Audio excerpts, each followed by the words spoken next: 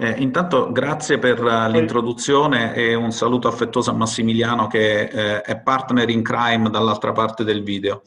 Credo che l'introduzione abbia toccato due parole fondamentali, una è il turismo e l'altra il capitale umano, la terza è il digitale che poi no, è il filo conduttore di questa sessione che stiamo affrontando. Ovviamente, avendo avuto anche in passato delle esperienze abbastanza consolidate come direttore di risorse umane di aziende di questo settore, credo che il percorso non possa prescindere dall'elemento umano anche nella evoluzione delle tecnologie e degli applicativi digitali nel mondo del turismo che sta cambiando. Uno dei paradigmi fondamentali di questo tipo di percorso nuovo è dato dal fatto che se noi aumentiamo la tecnologia ma non modifichiamo i processi cognitivi e le competenze, abbiamo un gap tra l'applicativo e la cultura che deve sostenerlo in termini poi di realizzazione e di massimizzazione di quelli che sono i benefici, perché rischiamo, come si diceva una volta, di avere il televisore ma dentro ci mettiamo l'acquario perché non sappiamo cosa farne, e quindi in questo senso ci diventa più complicato poi, no, andare a dire alle aziende di investire in questa direzione. Eh, gli elementi che secondo me sono interessanti da approfondire in questo tipo di scenario sono da una ricerca che è stata fatta attraverso Federturismo Nazionale, che noi abbiamo all'interno di Confindustria rilevato che il 14% della nostra realtà rispetto alla media europea, noi siamo molto in difetto in termini di scolarizzazione professionale. C'è un gap che deriva anche dal fatto che la percezione è che se non si è laureati in determinate discipline o non si è fatto un percorso codificato in un certo modo, non si è legittimati, no, a competere nell'ambito lavorativo di un certo tipo. Questo l'Europa ci ha smentito ed è il motivo per cui c'è una grande attenzione da parte di tutta Confindustria a livello nazionale del concetto dell'ITS come veicolo di accorciamento, passatemi il termine, tra quella che è la dimensione della employability nelle aziende e quella che è la produzione dei talenti da inserire nei cicli produttivi. Voglio dire, tra questo alcuni dati che vi sto mostrando sono, credo, abbastanza interessanti e ovviamente il 50% del tasso di occupazione dei laureati tra i 25 e i 29 anni contro il 78% del resto dell'Unione Europea ci dà già una dimensione che o esistono dei percorsi formativi che vanno rivisti, e qui tocchiamo un tema della sacralità dei programmi ministeriali che però andrebbero messi un po' in discussione, qualche volta aprire, e qui faccio una brevissima digressione, progetti altamente innovativi come quello della Scuola Italiana di Ospitalità che CDP, TH e Ca' Foscari stanno lanciando, è una grandissima sfida, però bisogna fare in modo che poi le persone che escano da lì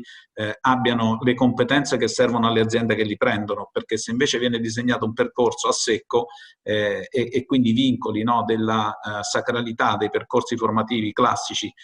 con le materie obbligatorie vincolano la formazione, da un lato abbiamo un problema in termini di impiegabilità sul territorio perché siamo già molto frazionati in termini di aziende, e dall'altro abbiamo una limitazione a quella che è la internazionalizzazione di alcuni corsi che su alcune materie tipicamente italiche o di cultura giuridica italiana, ad esempio, fanno fatica a calarsi all'interno di questo.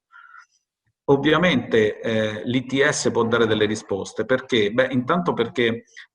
sviluppare quelli che vengono definiti nella manifattura, perché anche l'ITS soffre un po' di quella che è un po' l'imprinting, no, che è nato dalle filiere delle manifatture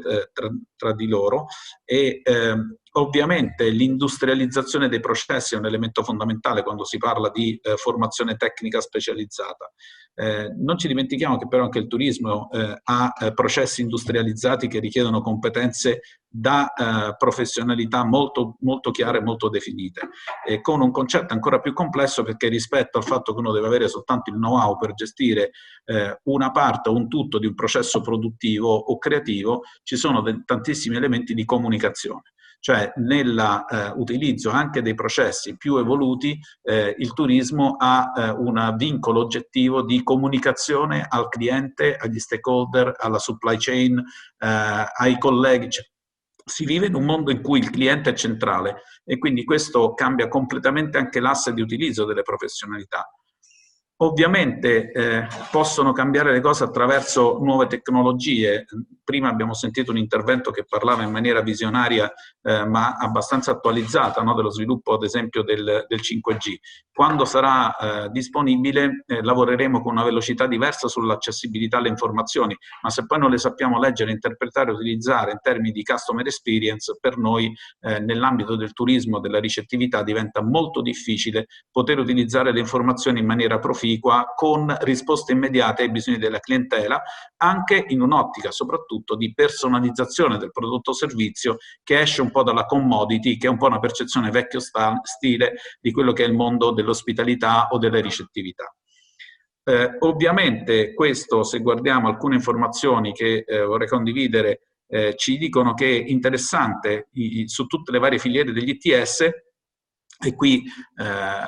vanno fatte le dovute riflessioni in termini anche di importanza potenziale di sviluppo di questo strumento. Le tecnologie innovative per i beni e le attività culturali legate al turismo, quindi gli ITS turistici, alla fine hanno una maggiore possibilità di avere una capture interessante con un 86% in termini di performance occupazionali. Il che significa che l'Italia è ancora un paese dove la domanda di professionisti del settore turistico è essenziale per poter fare un cambiamento di modello e di percezione di quello che è il valore tra quello che noi possiamo offrire come paese e quello che il turista o il cliente si attende in termini di risultato dell'esperienza. Questo credo che dica molto anche in termini poi di possibilità di creare metodologie didattiche differenti. Se guardiamo questa analisi sulla customer satisfaction interna delle persone che hanno seguito programmi di ITS, vediamo che le docenze sono molto apprezzate, il tutoraggio è fondamentalmente molto centrato, quindi anche l'attività di progettualità, di selezione delle risorse, credo che stia dando dei risultati molto interessanti su questo. Poi eventualmente Massimiliano ci dirà qualcosa di specifico, penso, sulla esperienza della struttura nel Veneto dell'ITS di Jesolo, che fa da capofila a diverse sedi distaccate e collegate. E poi ha in generale nell'ITS un placement del 67,2. Non vi anticipo quello che è il tasso di impiegabilità oggettivo dell'ITS di Jesolo, perché non vi voglio togliere il piacere di scoprire come questo numero sia diverso e migliore rispetto a quanto vi sto raccontando. Ovviamente per far questo bisogna un attimo ripensare anche ai percorsi formativi e la valutazione di quello che è un problema di social reputation in questo senso. Dico social reputation perché la percezione è che se uno fa un percorso di quel tipo vale di meno che uno che fa un percorso magari con una laurea breve di 3 anni e che fa un percorso più accademico tradizionale. In realtà ci deve essere un ponte, questa è l'altra grande sfida degli ITS che dobbiamo affrontare, perché si possono sviluppare anche degli elementi per cui, se voglio far crescere con competenze diverse, il digitale è fondamentale e strategico nell'evoluzione delle competenze nel mondo del turismo, a partire dai big data, ed anche su questo mi riferisco a quanto raccontato dalla dottoressa in precedenza. Ma su questo tema anche di come interpretare i big data credo che ci sia una sfida che vada affrontata, no? Prima abbiamo visto come ci sono degli strumenti già molto evoluti che possono catturare le informazioni ex post che derivano dal tracciamento attraverso sensori piuttosto che attraverso telecamere dei flussi e quindi cercare di immaginare successivamente come poter eventualmente tracciare in modo differente e organizzare forse qualche volta in modo differente questi flussi. La vera domanda che si pone è sì, ma se tutto questo è vero, come riusciamo a cambiare l'input ai flussi? Perché la valutazione dell'ex post, dell'output ce lo danno questo tipo di strumenti, ma se non riusciamo a capire anche in termini di destination management, e qui gli studenti dell'ITS stanno svolgendo alcuni di questi percorsi specifici in questa direzione, è chiaro che non modificando l'input ritroveremo sempre le macchie di colore, ad esempio a Venezia su Piazza San Marco, e quindi il problema è come delocalizzare attraverso la differenziazione del calendario e delle esperienze, e la progettazione del calendario e delle esperienze è un qualche cosa che attraverso l'incrocio dei big data, delle informazioni deboli ma importantissime sui social, sulle linee di tendenza e su quella che è l'ascolto diretto dei clienti, magari delle grandi strutture di hospitality, può modificare quello che è il percorso con una progettualità differente. Ovviamente tutto questo che vi sto dicendo non deve scandalizzare, perché io proverei a citare una cosa che spero non scandalizzi nessuno. Si parla tanto di 4.0, io direi che con il 5G arriviamo quasi al 5.0 di questo settore, e quindi possiamo immaginarci come alcune attività cambieranno completamente, l'accoglienza digitale cambia completamente, e ci sono esperienze già testate in altre realtà dove ci sono le colonnine interattive dove si possono programmare i cicli di esperienze, c'è tutta l'attività a monte della prenotazione dove uno può indicizzare attraverso virtual satisfaction le esperienze che si possono fare nel congressuale, ci possono essere dei concierge desk evoluti e dei channel manager che attraverso i social media fanno un lavoro che avvicina molto di più l'adattamento del prodotto o servizio ai bisogni che cambiano. Basti pensare qual è l'importanza in termini di potenziale evoluzione nella reputazione del web su quelli che sono i fenomeni di esperienze fatte da altri, no? Quindi la famosa web reputation, che oggi ha come mantra, ad esempio, esperienze fatte da grandi aziende quali TripAdvisor, che fanno parte di network globali. Ma la domanda vera è: oggi TripAdvisor fa una foto neutra e anonima, basata soprattutto su percezione dell'esperienza, laddove ad esempio alcuni OTA sono un riferimento fondamentale nel mercato. Guardiamo Booking.com, che ci dà una sorta di score su elementi che sono stati definiti dal provider, ma fondamentalmente la ricerca sul web tradizionale si basava prima del Covid sull'elemento posizionamento di pricing. La pandemia ha sconvolto questo, e domani le persone andranno a cercare nel web, attraverso strumenti o web app, quali saranno le indicazioni in termini di dove posso andare con maggiore garanzia che vengano applicati i protocolli, che c'è prevenzione, che c'è sostenibilità da parte dei percorsi esperienziali, che c'è la ricerca della territorialità dei sapori per quanto riguarda la ristorazione, e quindi tutte queste cose che riguardano un nuovo modello anche di fruibilità delle esperienze turistico-ricettive dovranno essere ricercate attraverso canali dei social con una web reputation ripensata e riprogettata in maniera differente. Se questo è possibile, a quel punto si può lavorare sul content management, e quindi la progettazione attraverso il digitale e la mobile applicazione su quelli che sono i clienti, tra virgolette, e quindi gli utenti del turismo.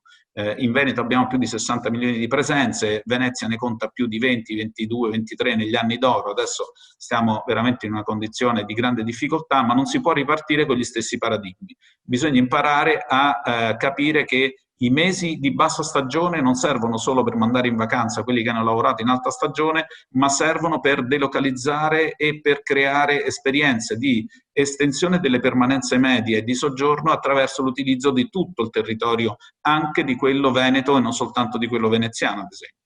E questo rende possibile la creazione di start-up e personalizzazione dei servizi con un focus sull'experience marketing. La gente vuole fare esperienze, le vuole progettare, e si devono collegare le tipologie delle esperienze specifiche alle communities attraverso i social. E tutto questo senza una cultura del digitale è praticamente impossibile. Termino, concludo e lascio la parola a Massimiliano con un'ultima riflessione e provocazione. Allora, intanto, come possiamo utilizzare le nuove tecnologie per le Destination Management Organization? Beh, intanto partendo da una parte molto più marketing, cioè imparando a segmentare la domanda. I big data di cui si è parlato prima sono fondamentali, ma ci sono anche i metadata, che sono tutti quelli che derivano dalla loyalty delle aziende che fanno riferimento alle esperienze già fatte di clienti o al cambiamento della domanda, perché cambiano i presupposti delle richieste che ci vengono fatte. Ovviamente tutto questo potrebbe portare ad una riprogettazione della rete dei siti, perché oggi se andiamo a fare una verifica sui siti che abbiamo in Veneto e nelle maggiori DMO come destinazioni, troviamo una povertà assoluta in termini e di coordinamento e di progettazione verso i bisogni dell'utente. Sono siti delle amministrazioni locali, ma questo non è turismo, questa è gestione, laddove fatta bene, della pubblica amministrazione. In termini di marketing, l'accoglienza digitale, l'ho citata prima, e la programmazione dei calendari integrati L'innovazione di prodotto, perché i prodotti cambiano in base a esigenze molto più veloci e la sperimentazione sui prodotti richiede in tempo reale nell'ospitality quello che altri fanno con un reparto di ricerca e sviluppo da un'altra parte. E senza la capacità di interfacciarsi a livello digitale in tempo reale con gruppi e cluster o focus group è praticamente impossibile riuscire a fare questo tipo di percorso. Lo sviluppo di contenuti multimediali storytelling per collegare quelli che ancora non sono clienti e farli diventare potenziali clienti. E poi quello che dicevo prima, i database qualitativi incrociati con i social anche in termini di un nuovo paradigma di web reputation. Tutto questo funziona se c'è l'infrastruttura, quindi se ci sono competenze che vanno formate nelle scuole o nelle scuole superiori, negli ITS, nelle università, ma anche in termini di riqualificazione all'interno delle aziende, perché non partiamo da zero, cioè non abbiamo aziende vuote dove dobbiamo inserire persone, abbiamo aziende che hanno bisogno di ricambi generazionali, di nuove dimensioni di professioni e di persone che sappiano fare mestieri antichi con una professionalità diversa. Faccio solo un esempio e chiudo. Oggi, se uno deve affrontare una ricerca di uno chef che non sappia essere multimediale e che pensi in termini di Instagrammabilità della propria ricetta è fuori dal mercato. Grazie.